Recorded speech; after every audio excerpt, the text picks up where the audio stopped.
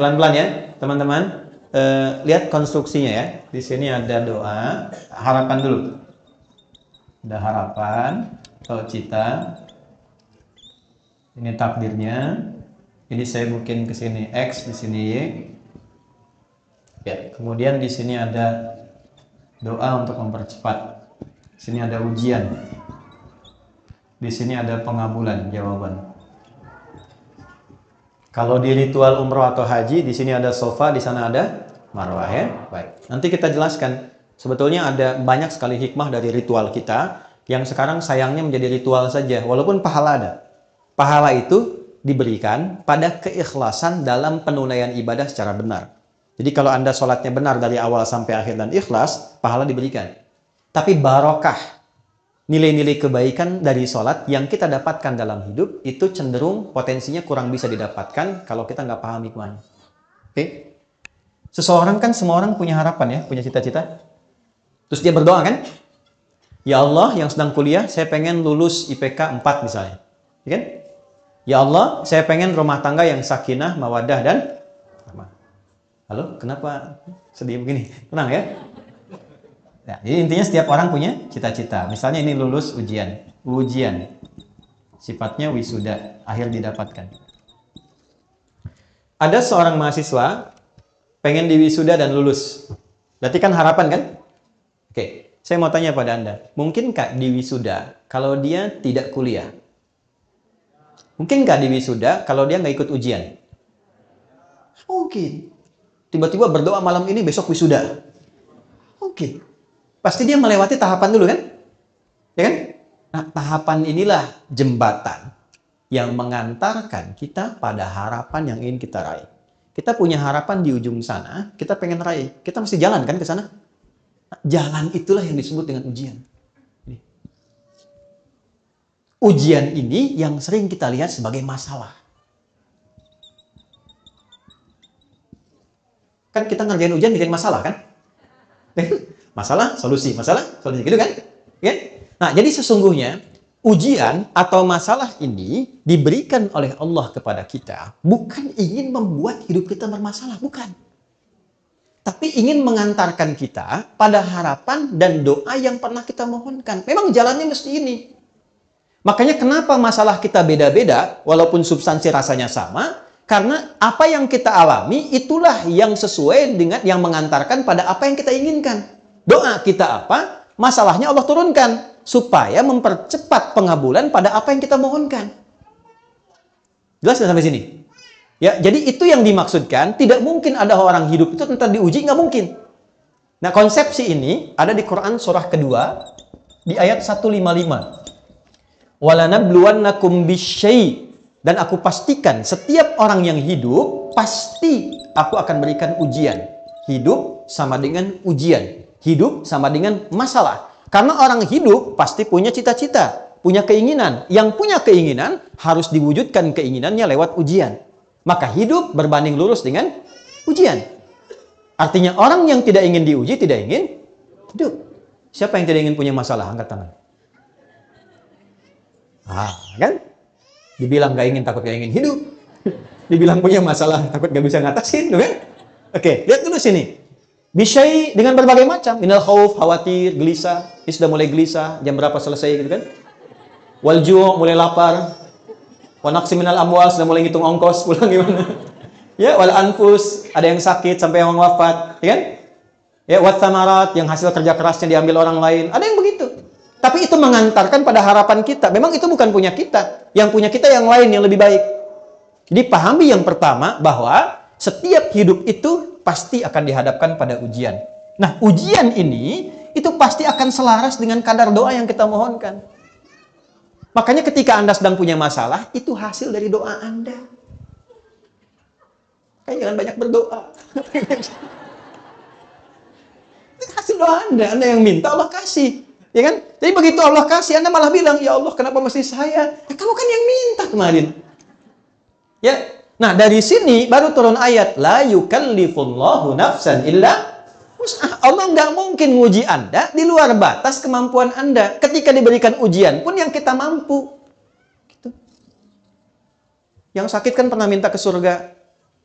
yang cepat, yang mudah, nggak banyak masalah kan? Kasih. Sebut nama Allah, diisolasi supaya nggak ketemu orang-orang, nggak berbuat maksiat, telinganya bersih, lisannya bersih. Melihatnya seperti itu. Oke?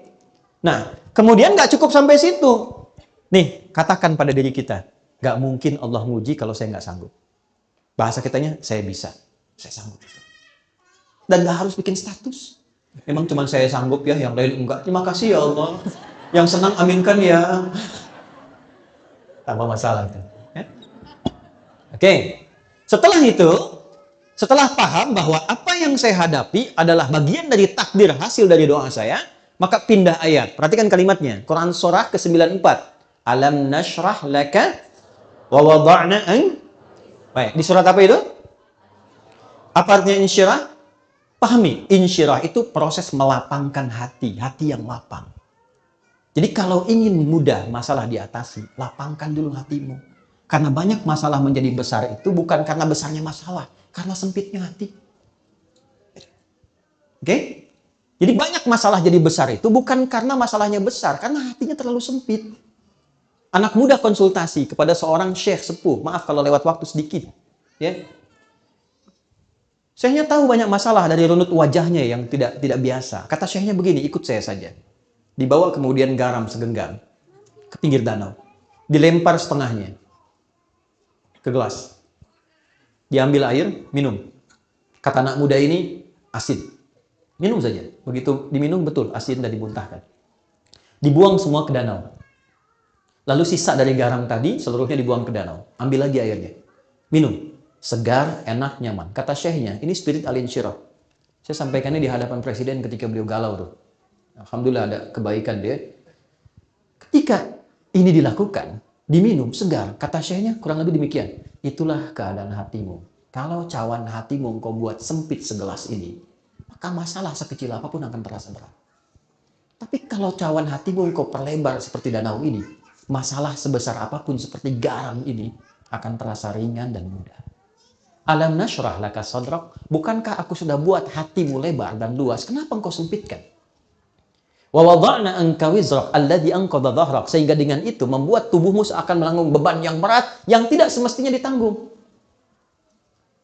Ya, ada masalah yang kecil saja, masalah di pikiran kok sampai nggak bisa jalan, sampai nggak mau makan. Allah tanya balik, kenapa engkau sempitkan hatimu yang sudah aku bikin lapang? Sehingga masalah kecil ini sampai membuat dirimu tidak bisa bergerak. Penuh. Seakan-akan dari kepala sampai ujung kaki masalah semua. Ya? Wa rafa'na laka dzikrak. Perhatikan baik-baik. Bukankah dulu engkau mengalami banyak masalah juga? Tuh ditanya balik tuh teman-teman. Anda usia berapa sekarang? 30, 40, 50, 60. Allah nanya balik. Sampai di sini tiba sekarang. Dari dulu kan kita punya banyak jutaan masalah. Dari mulai kita balik kan sudah punya masalah. Pernah dikejar ayam, induk ayam saat anaknya dilewatin, kan? Banyak. Sampai masalah besar, kan? Nah, Allah tanya balik, ribuan masalah itu kan pernah engkau selesaikan. Kenapa yang satu ini kemudian kau merasa berat? Mungkin persoalannya bukan masalahnya. Masalahnya engkau belum lapangkan hatimu seperti aku selesaikan ribuan masalah dulu yang pernah tuntas karena kelapangan jiwamu. Terus kita tanya balik, ya Allah, cara melapangkan hati bagaimana? Ini yang mahal di Quran. Inna ma'al usri fa inna ma'al usri. Masalahnya kita hanya lihat terjemah. Banyaknya orang lihat terjemah aja. Kita tuh saya nggak pengen ikutan gitu sih. Banyaknya orang lihat terjemah. Di balik kesulitan ada Padahal spirit maknanya tidak seperti itu. Kurang lengkap. Yang ingin Allah katakan, perhatikan kalimatnya. Inna ma'al usri. Seberat apapun masalahnya, selalu ada solusinya. Dalam bahasa singkat begini nih, pasti selesai. Pasti ada solusi. Dan teman-teman, ini spirit ayatnya, ini katakan pada jiwa kita, dialogkan lisan dengan jiwa. Adi, ini pasti selesai. Bisa nggak mungkin nggak selesai. Pasti ada solusinya. Katakan. Kita punya ayatnya teman-teman. Di sini masyarakat Jepang itu yang praktekkan pada umumnya. Dulu tahun 95-96, itu ada acara di sini, Benteng Takeshi namanya. Seangkatan dengan Dragon Ball, kan? Tulisan Shusuke Watanabe yang kemarin baru meninggal itu. Ya. Itu Benteng Takeshi saat tanknya sudah mulai bergerak dan ingin menaklukkan benteng. Itu di sampingnya itu ada reporter yang mendampingi dan mengatakan gini, kamu pasti bisa, kok pasti bisa, kok pasti bisa. Tuh. Kita punya ayat, jadi yang praktikkan.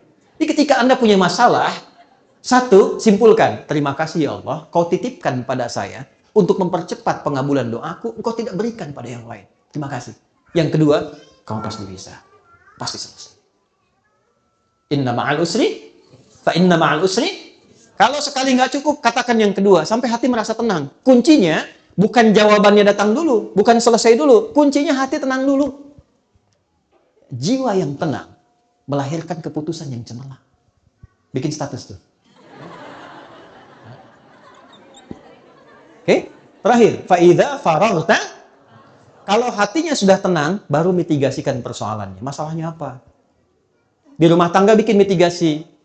Kenapa suami begini? Kenapa saya begini? Oh, ini ketemu satu. Dengan ketenangan hati. Setelah itu, jangan harapkan hasil. Karena kalau Anda mengharap hasil, Anda kecewa.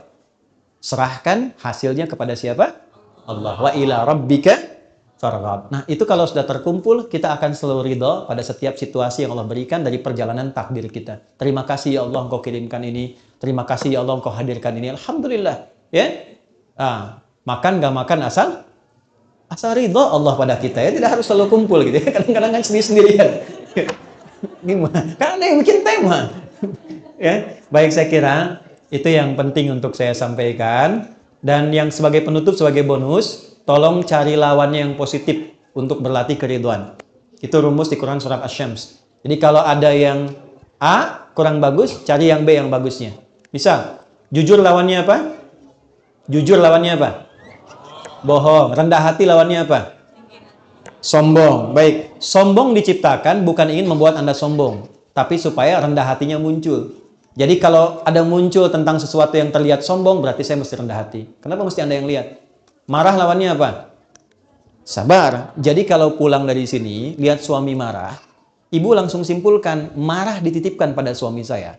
Bukan ingin menjadikan suami saya pemarah, tapi ingin menitipkan supaya kesabaran saya meningkat agar sanggup mengatasi persoalan rumah tangga lebih besar di masa yang akan datang.